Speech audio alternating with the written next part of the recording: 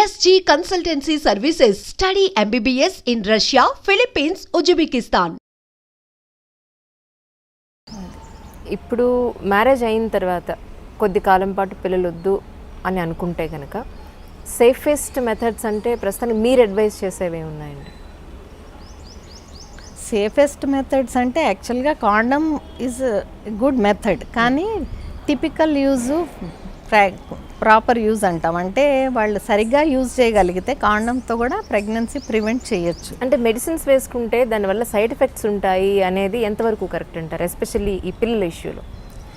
పిల్లల ఇష్యూలో అంత కరెక్ట్ ఏం కాదు, కానీ ఇప్పుడు కొత్తగా వచ్చే రీసెర్చ్లో ఏం వస్తుందంటే ఆటిజం అనే ఎక్కువ చూస్తున్నాం వెస్ట్లో. ఆటిజంకి one of the causes maybe పిల్లని అని ఇప్పుడు కొంచెం కొత్తగా వచ్చే రీసెర్చ్లో బయటపడుతుంది. ఎందుకంటే మనం పిల్ వాడటం వల్ల బాడీలో ఒక పల్సటైలిటీ GnRH అని హైపోథాలమస్ నుంచి రిలీజ్ అవుతుంది, గొనాడోట్రోఫిన్ రిలీజింగ్ హార్మోన్. దాని ప్రభావంతో పిట్యూటరీ నుంచి FSH LH అనే హార్మోన్స్ రిలీజ్ అవుతాయి. ఈ పల్సటైలిటీ అన్నది GnRH పల్సటైల్ అంటే పగలు ఒక రిథంలో, రాత్రిపూట ఒక రిథంలో రిలీజ్ అవుతాయి. ఆ రిథం మార్పుల వల్లనే అండం విడుదల, FSH పెరగటము, LH సర్జు, అండం విడుదల ఇవన్నీ అవుతుంటాయి. ఈ మనం పిల్ ఇచ్చినప్పుడు ఈ GnRH పల్సటైలిటీని సప్రెస్ చేస్తుంది అది. సో దానివల్ల ఎప్పుడైతే మనం పిల్ల ఆపేసి ప్రెగ్నెన్సీ ప్రయత్నం చేస్తామో కొన్నాళ్ళు గ్యాప్ ఇవ్వాలంటాం, సో దట్ ఆ పల్సటైలిటీ మళ్ళీ నార్మల్కి రావాలని.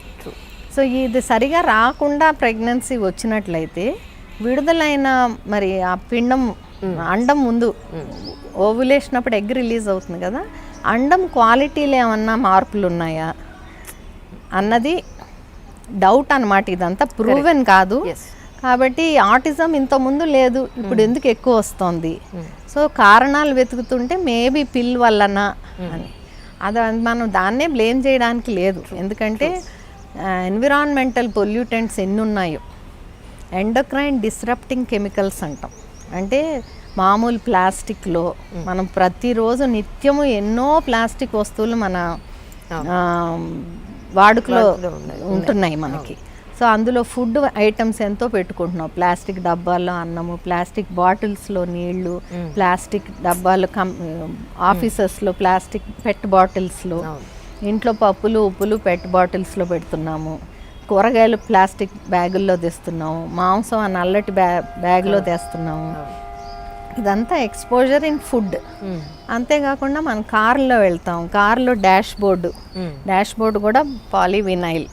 దాంతో మన ఎండాకాలం కారులో కూర్చొని అద్దం ఎత్తకుండా వెంటనే అద్దం ఎత్తేసి కూర్చొని ఏసీ వేసామనుకోండి, ఒక రకమైన ప్లాస్టిక్ స్మెల్ వస్తుంది. అందులో కూడా ఎండోక్రైన్ డిస్రప్టింగ్ కెమికల్స్ ఉంటాయి, అవి కూడా మన బాడీలో ఉంటాయి. ఇప్పుడు రీసెర్చ్లో ఏం తేలింది, ఆమ్నియాటిక్ ఫ్లూయిడ్లో ఈ ప్లాస్టిక్ మెటీరియల్ ఉంది, కార్డ్లో ఉంది, సో ప్లసెంటాలో ఉంది, సో ఎవ్రీవేర్ అన్ని చోట్ల. తర్వాత cosmetics, conditioners, shampoos, nail paints, deodorisers, అన్నిట్లోనూ లిప్స్టిక్లు, లైనర్లు. So plastic, endocrine disrupting chemicals లేనిది ఎక్కడ. తర్వాత మనం వాడే ఫర్టిలైజర్స్, పెస్టిసైడ్స్, ఎయిర్ కండిషనింగ్, అన్ని రూముల్లో ఎయిర్ కండిషనింగ్ చేసి తలుపులు వేసేసుకుంటే paints, wall paints, flooring, polyvinyl flooring. So మనం న్యాచురల్ ఎన్విరాన్మెంట్ నుంచి ఎంత దూరం వెళ్ళిపోతే మనకి అంత ప్రాబ్లమ్స్ వస్తున్నాయి. సో ఈ ఒక్కదాని మీద మనం బ్లేమ్ వేయలేము. సో మళ్ళీ మనం వెనక్కి వెళ్ళాలన్నమాట. భూమి గుండ్రముగా ఉండును అని మళ్ళీ మనం మన 50 ఏళ్ళు 100 ఏళ్ల క్రితం మన పూర్వీకులు ఎలా బతికారో, ఎంత మినిమలిస్టిక్గా అంటే వేస్ట్ చేయకుండా రీసైకిల్ చేసుకుంటూ ఎలా ఉన్నారో అలా మనం బతకగలగాలి, మన రిక్వైర్మెంట్స్ తగ్గించుకోగలగాలి. అండ్ చాలామంది అంటారేంటంటే మ్యామ్, నీటి బుడగలు ఉన్నాయి ఓవరీస్ మీద లేదా యూట్రస్లోనూ, పాలిస్టిక్ ఓవరీస్ ఉన్నాయి, ఇందువల్ల కన్సీవ్ అవ్వడం లేట్ అవుతుంది, దీనికోసం మళ్ళీ కన్సీవ్ అవ్వడానికి ట్యాబ్లెట్స్ వాడాలి అని అంటూ ఉంటారు. ఇది ఎంతవరకు నిజం మ్యామ్? యాక్చువల్లీ ఇది కూడా మనం మోడర్నైజేషన్లో వచ్చే one of the negative factors. ఇవి పీసీఓఎస్ అంటే పాలిసిస్టిక్ ఓవేరియన్ సిండ్రోమ్. పీసీఓఎస్ అన్నది దీంట్లో ఏంటంటే అండాశయాల్లో నీటి బుడగలు ఉంటాయి. దీనివలన నెలసర్లు ఆలస్యం అవుతుంటాయి, నెల అండం విడుదల కాదు. కానీ దీనికి కారణం ఏంటి? ఇది లైఫ్ స్టైల్ డిజార్డర్ అంటాం. అంటే మన లైఫ్ స్టైల్లో మార్పులు రావటం వల్ల పాలిసిస్టిక్ ఓవేరియన్ సిండ్రోమ్ వస్తుంది. మన లైఫ్ స్టైల్ ఏంటి? మన శరీరానికి చాలా శారీరక శ్రమ అవసరం. ప్రతిరోజు కనీసం 10,000 అడుగులు నడవాలి మనం. అంటే 7 కిలోమీటర్లు లేదా 1.5 గంటలు వాకింగ్ చేయాలి. అంత నడక మనకు దైనందిన జీవితంలో ఉండట్లేదు. ఒకటి. రెండోది ఆహారంలో ఎక్కువ కార్బోహైడ్రేట్స్ తీసుకోకూడదు. హై గ్లైసిమిక్ ఇండెక్స్ అంటాం. అంటే వైట్ రైసు, మైదా వస్తువులు, తర్వాత ఈ ఏమంటారు ఎక్కువ స్వీట్స్, షుగర్స్ ఇవన్నీ తీసుకోకూడదు. చాక్లెట్స్, వీటిలో హై గ్లైసిమిక్ ఇండెక్స్ కార్బ్స్ ఉంటాయి. దాంతో మన బ్లడ్ షుగర్ సడన్గా రైజ్ అవుతాయి. బ్లడ్ షుగర్ సడన్గా రైజ్ అయితే అది తగ్గించడం కోసం ప్యాంక్రియాస్లో ఇన్సులిన్ రిలీజ్ అవ్వాలి. ఆ ఇన్సులిన్ ఎక్కువ రిలీజ్ అయినప్పుడు అది ఈ ఊబకాయం రావటం, ఎక్సర్సైజ్ లేకపోవటం, దాంతో ఇన్సులిన్ కూడా సరిగా పనిచేయదు.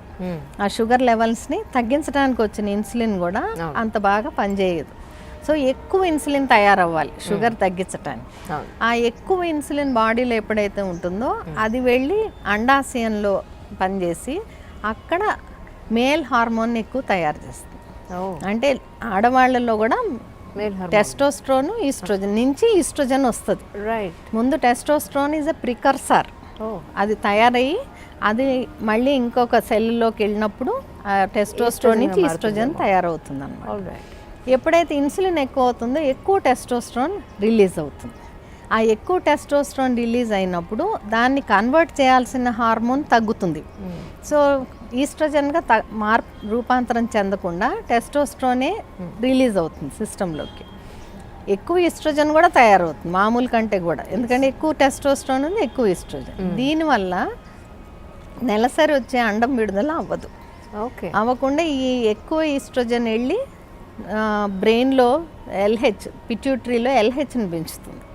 సో అలాగా ఏమంటారు మేల్ హార్మోన్ ఎక్కువ అవటం వల్ల పింపుల్స్ రావటము, అవాంఛిత రోమాలు రావటం, ముఖం మీద మీసాల్లాగా ఫేస్ మీద హెయిర్స్ రావటం, గడ్డం మీద రావటము, పిగ్మెంటేషను, ఇన్సులిన్ రెసిస్టెన్స్ వల్ల నెక్, అండర్ ఆర్మ్స్ అక్కడంతా పిగ్మెంటేషను ఇవన్నీ వస్తాయి అన్నమాట. సో దీనికి విరుగుడు ఏమిటి అంటే ఎక్కువ ఎక్సర్సైజ్ చేయాలి, కార్బోహైడ్రేట్స్ని తగ్గించి తీసుకోవాలి, తీసుకునే కార్బ్స్ కూడా లో గ్లైసిమిక్ ఇండెక్స్. అంటే brown rice, whole wheat bread, రాగులు, తైదులు, కొర్రలు అట్లాంటివి ఎక్కువ ఆహారంలో తీసుకోవటము. తర్వాత స్ట్రెస్ ఒకటి ఎక్కువ ఈ మధ్య దైనందిన జీవితంలో స్ట్రెస్ ఎక్కువైపోతుంది. స్ట్రెస్ వల్ల ఏమవుతుంది, adrenal glands stress hormone is steroid release చేస్తుంది. కంటిన్యూస్ స్ట్రెస్ ఉందనుకోండి, కంటిన్యూస్ స్టీరాయిడ్ రిలీజ్ అయినప్పుడు స్టీరాయిడ్ వల్ల షుగర్ పెరుగుతుంది. షుగర్ పెరిగితే దాన్ని తగ్గించడానికి మళ్ళీ ఇన్సులిన్ పెరగాలి, ఇన్సులిన్ పెరిగితే మళ్ళీ టెస్టోస్ట్రోన్ పెరుగుతుంది. అలా